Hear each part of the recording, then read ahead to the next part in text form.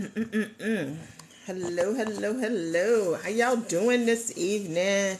I'm not going to be on here long because I got a 6 o'clock Zoom. Good evening, Dark Tone. I just wanted to talk. I actually watched two things. I actually watched the Shira 7 video. I see why she's not here on TikTok, because she calls several people stupid. And if she do that over here on TikTok, I know that she would get banned.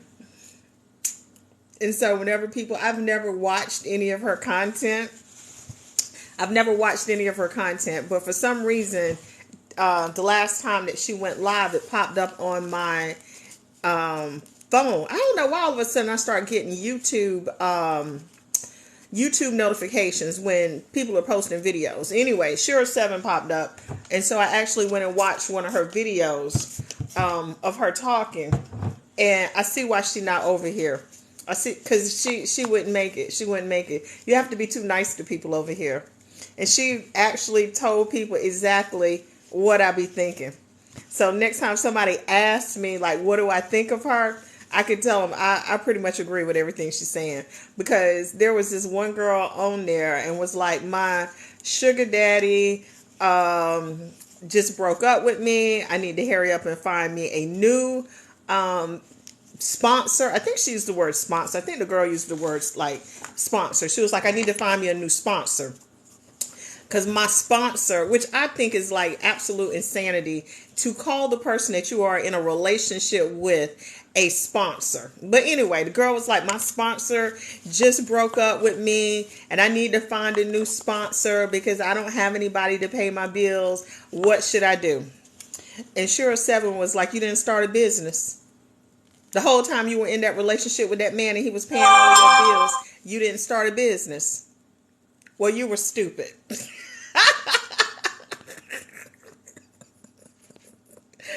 I was like, oh my God, because that's exactly what I be telling people. Like, if you in these relationships, you better be more than just pretty. Like, you better be more than just pretty. You cannot be in these transactional relationships and think that a man is just going to pay your bills and that is it. And you don't have to do anything. So she told the girl, she was like, you didn't start a business. And the girl was like, no, well, he was just paying my bills, yada, yada, yada, yada. And she was like, you should have started a business, sprinkle, sprinkle. You should have been spending his money and saving your money and starting you a business, sprinkle, sprinkle. Then, I don't know, she kept saying, all of you people must be coming over here from TikTok, because I'm not even going to answer these questions. And she kept calling people's questions stupid. She was like, I don't understand why y'all coming over here asking me all of these questions. And she basically was like, she's not even talking to the TikTok people because they're not smart. And I was thinking the same thing. Like, yeah, they're not. They absolutely are not. They take bits and pieces of her teachings and then run with it, repost it, and think that that's the whole message, when her message is literally like, you better, even if you are in these transactional relationships, even if you are with a man that is taking complete care of you, paying all of the bills, and you're just there, like, because you know a lot of people feel like that's how it should be. You still better be getting your own coins. Because at the end of the day, I want to say she promoted the wig that she was wearing, because some dude was on there talking about her ugly wig. And she was like, well, the link is in the bio with whoever the company was that sponsors her. So she promoted her wig. I want to say she promoted some makeup. You know, she on YouTube cashing in on the YouTube views. I just like, yeah. So all of these women just be listening to her, thinking that the only thing that you have to do is sit pretty, and that's it. And the reality is, you got to show up. You got to do stuff too. You got to do stuff too. That is too. You got to go to work. You can't just sit there and be pretty. You got to be pretty. You got to be smart. You got to be a helpmate on some level. You got to be a helpmate. It ain't about just sitting around leeching off of your man. It is not that. I don't think the women on TikTok, I think the women on YouTube that has been listening to her understand that, but I don't think the women here on TikTok get that part. P Dot, she's not hustling. She's not, hey, The Chosen Styles, hey, J Beauty. She's not hustling. She's not hustling. When I was married, I didn't pay no bills. I mean, I paid bills because my daddy was like, don't be in a relationship and you don't carry your load or you don't carry your weight. But the little bills that I paid, they insignificant. I paid no bills. And I believe that a man is supposed to carry the household. And so anything that I bring in really should be extra. I'm a firm believer in that. Or I believe that if I'm going to make the money, I mean, hustle in a good way. Oh, okay. Yeah. I'm with you on that. Because listen, being in a relationship is a hustle. Being in a relationship is a hustle. Being in a relationship is a hustle, for real. And so if I got, hey, big brain, hey, twin, if I got to be the one making the money in the relationship, then he better support me. He better take care of me in other kind of ways. But you must be willing to live within his means. Yeah, there's a certain level of truth to that. That's a certain level of truth to that. My sister said it's always let's make a deal. A relationship is let's make a deal. Looking out for self. Yeah, I mean, I think at the end of the day, everybody has to look out for self. And I agree, you do have to be willing to live within his means because every home that I have lived in, my ex-husband paid that mortgage. Hey, I'm fashion forward. He paid the mortgage. The home that I'm in now, he pays the mortgage. My ex-husband still pays his mortgage. It was a part of our divorce decree. It was a part of the settlement. So he pays all of these bills here. Like I still don't pay bills. So when women get on here and they be talking to me, I be like, ma'am, I am the damn poster child for what Shira 7 is teaching. I emphasize also having your own, but literally I am the poster child. My ex-husband always paid all of the bills. All of the bills. Every single bill. He pays every single bill now. In fact, I'm getting ready to shut down my candle business. And people are like, oh my God, like they're losing their mind. They're like, oh my God, what are you going to do for money? How are you going to make it? Yada, yada, yada, and all of this. And I'm like, what are y'all talking about? What are you I have never had to work. Whatever I did with that candle business, that was extra. And it was a multi-million-dollar candle business. So I was doing incredibly well with it. So it wasn't like I was making pennies. I had a nice little chunk of change coming to me every month from running that business. But I have no bills. My friend wanted to give me $400 a month to exit. I'm not sure about that last part. But yeah, I'm shutting down my candle business probably, if not at the end of this month, possibly next month. But I'm not going into the holiday season with it.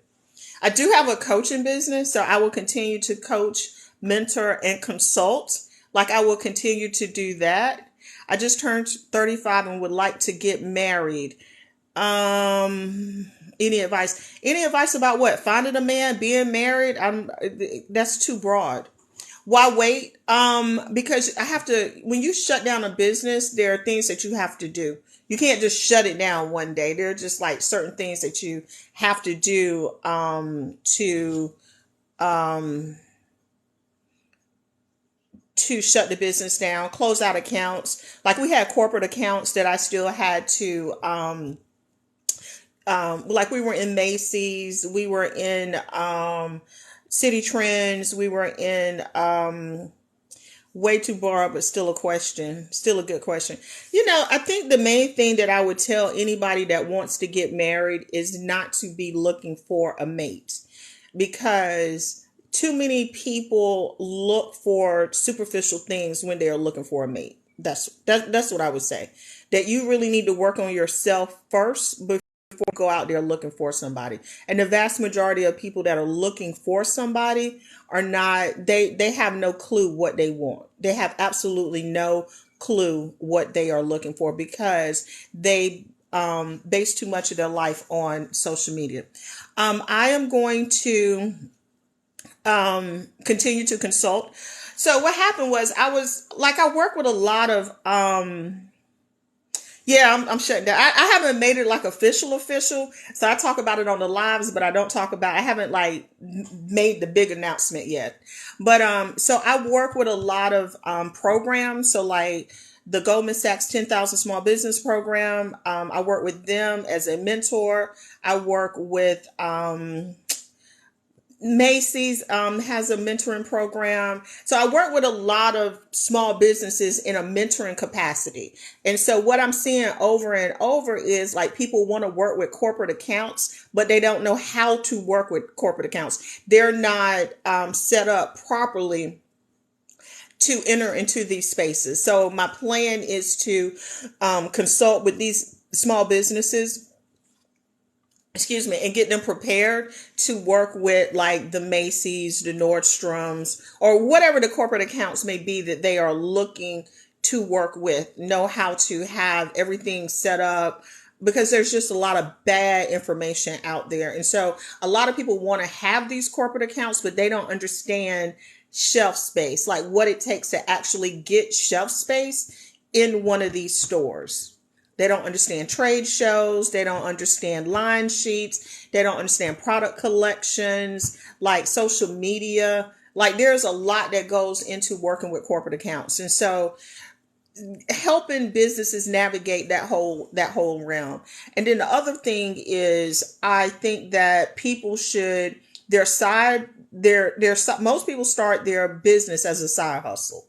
They don't understand how to start the side hustle. They don't understand when to take the side hustle to their main hustle. They don't understand the ramifications of having that side hustle be your main hustle. So like right now, my credit card expired and I never updated it for my insurance. I don't have insurance because I forgot when I was scheduling a doctor's appointment and they were like, your insurance expired.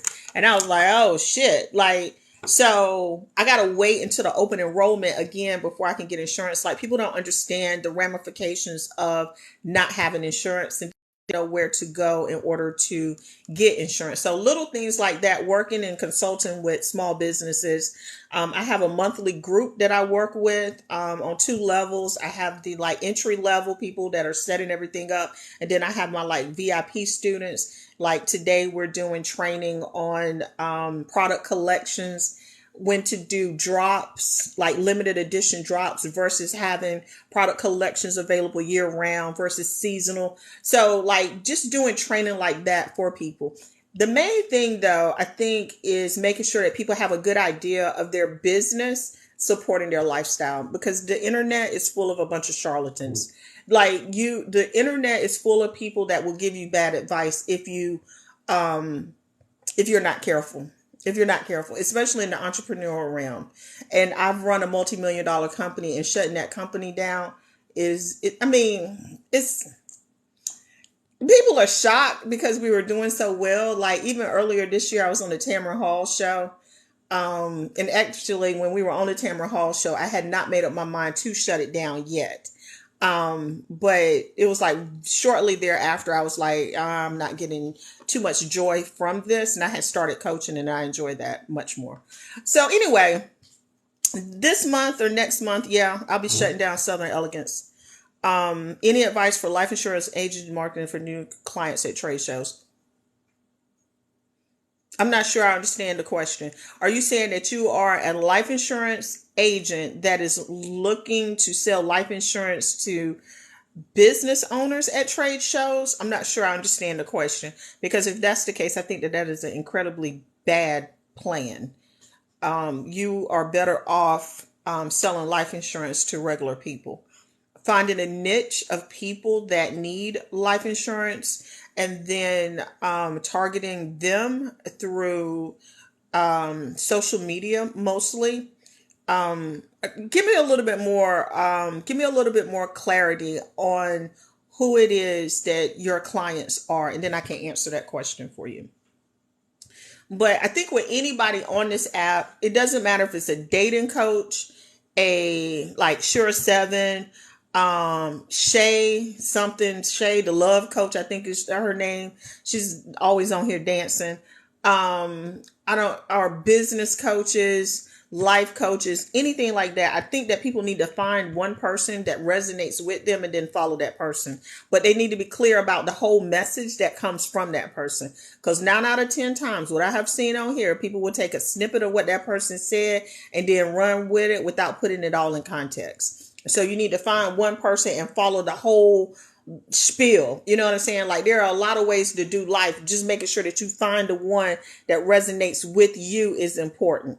I saw a video on here. So one of my favorite saying, oh, I can't say it because TikTok extra sensitive lately. But I talk about people showing up with hard D and bubble gum. And people are always like, target market would be pregnant women for the babies and couples getting married. Is there really a market for that? Is there a market for that? Are you sure that there is a market for that? That's my first question. But people always be like, where did you get the term hard D and bubblegum?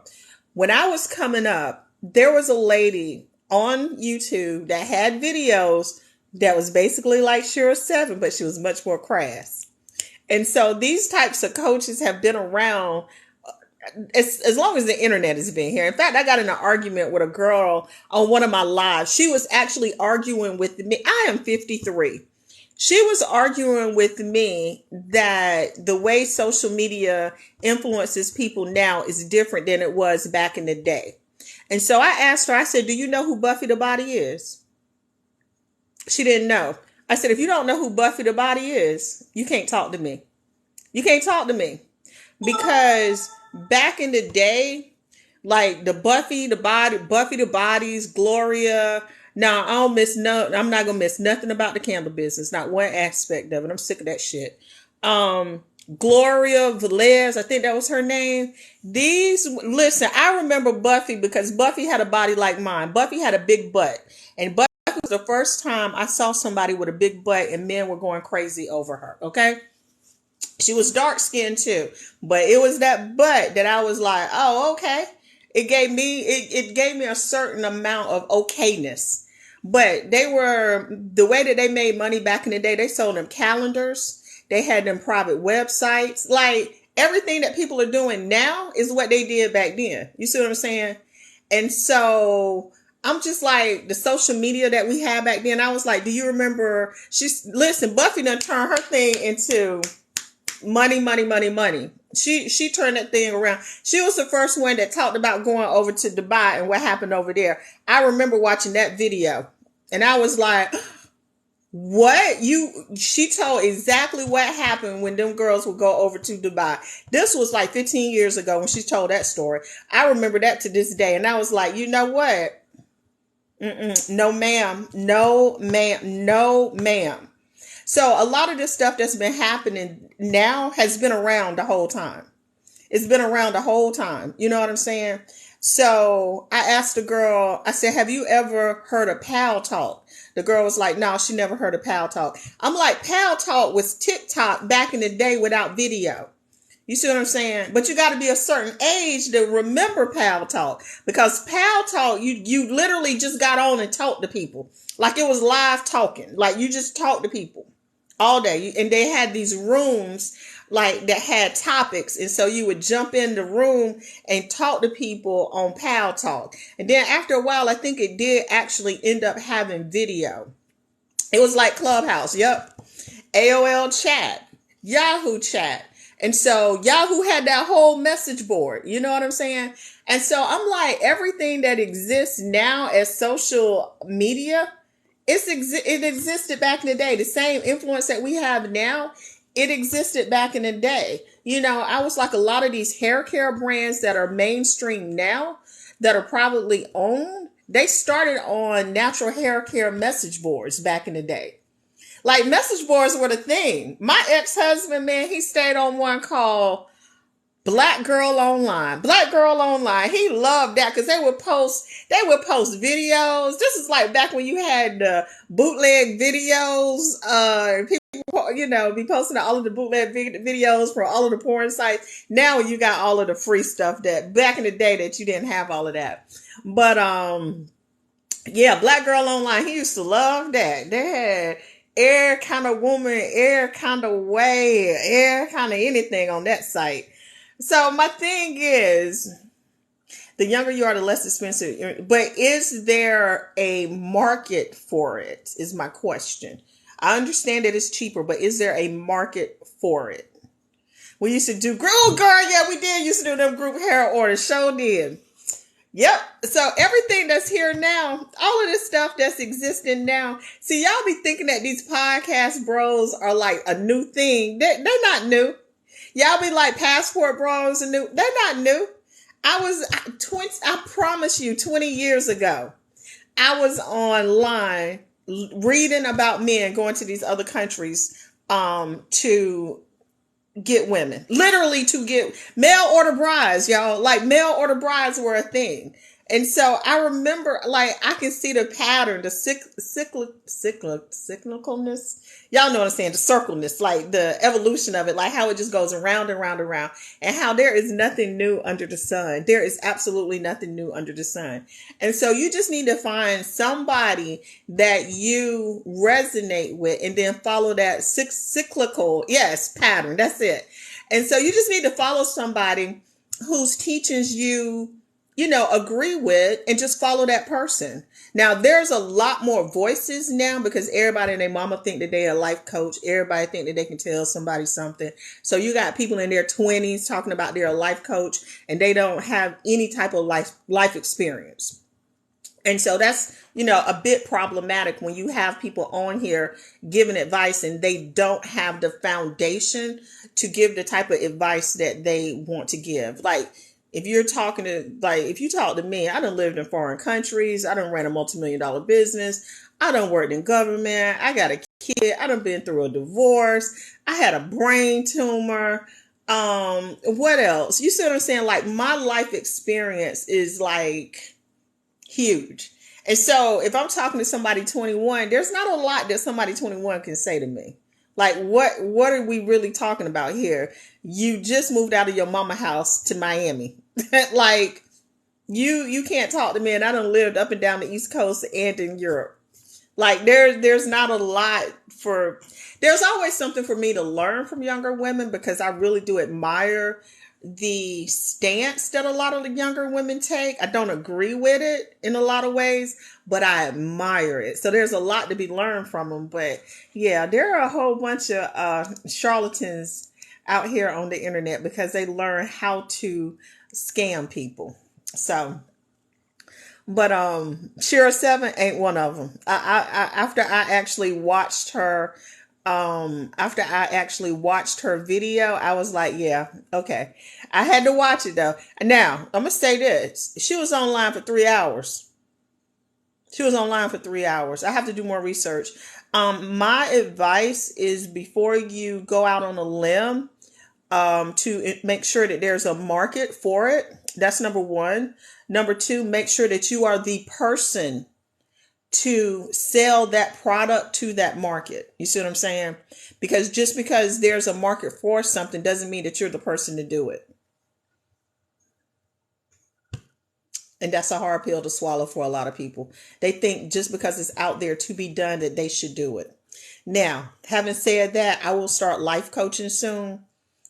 I don't know if I'm a good life coach because I'm so blunt with everything that I do, but it's going to be kind of different. It's going to be a group setting. It's all going to be about transitioning and moving through and making your life better. So that's one of the things that I will do after Southern Elegance. So take what I'm saying with a grain of salt. But I will say this. I grew my following here on both TikTok and Facebook prior to moving into the coaching space, either business coaching or life coaching. So if you have not done that, if you have not made it clear, now listen, Tandra, it's gonna be a bunch of debauchery. It's not gonna be one of them Bible thumping, praising the Lord. It's not gonna be one of them. Just know that part. It's going to be about living your best life and no judgment. I need me a singer. I need me something like a sprinkle. I need one of them, because it's not going to be that. It's not going to be this She said I'm a trauma specialist. Girl, I need you. Hey, totally Tasha, I need you because Lord, trauma is my middle name. Trauma is my middle name. I ain't had nothing but a traumatic life. As a matter of fact, I was watching this video on here talking about how, because once I made the decision to close down Southern Elegance, I've been sleeping. I'm getting ready to join. I'm on YouTube, but I haven't been posting consistently. So I will be doing that. But once I made the decision to shut down Southern Elegance, I started sleeping, like sleeping all day. Are you in Charlotte? I'm in Rayford, North Carolina, which is right outside of Fayetteville. But I started sleeping all day, and then I saw a video that said timber, timber. Hey, Essence, thank you.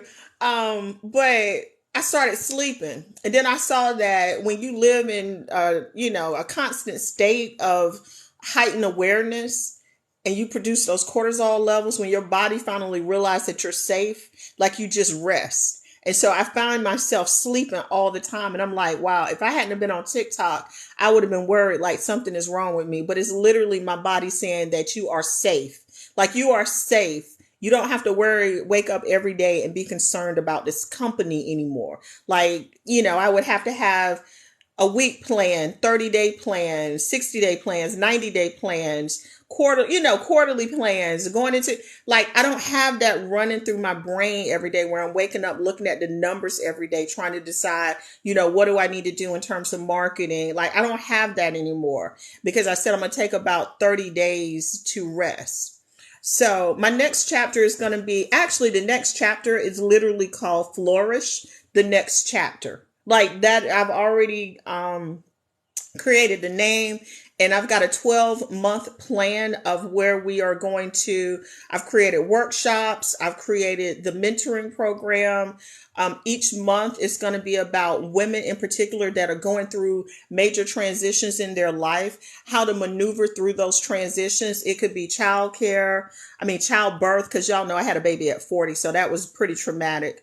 I had a brain tumor, so I've had health issues. So childbirth, health issues. I've lived in, y'all, I gotta take this call.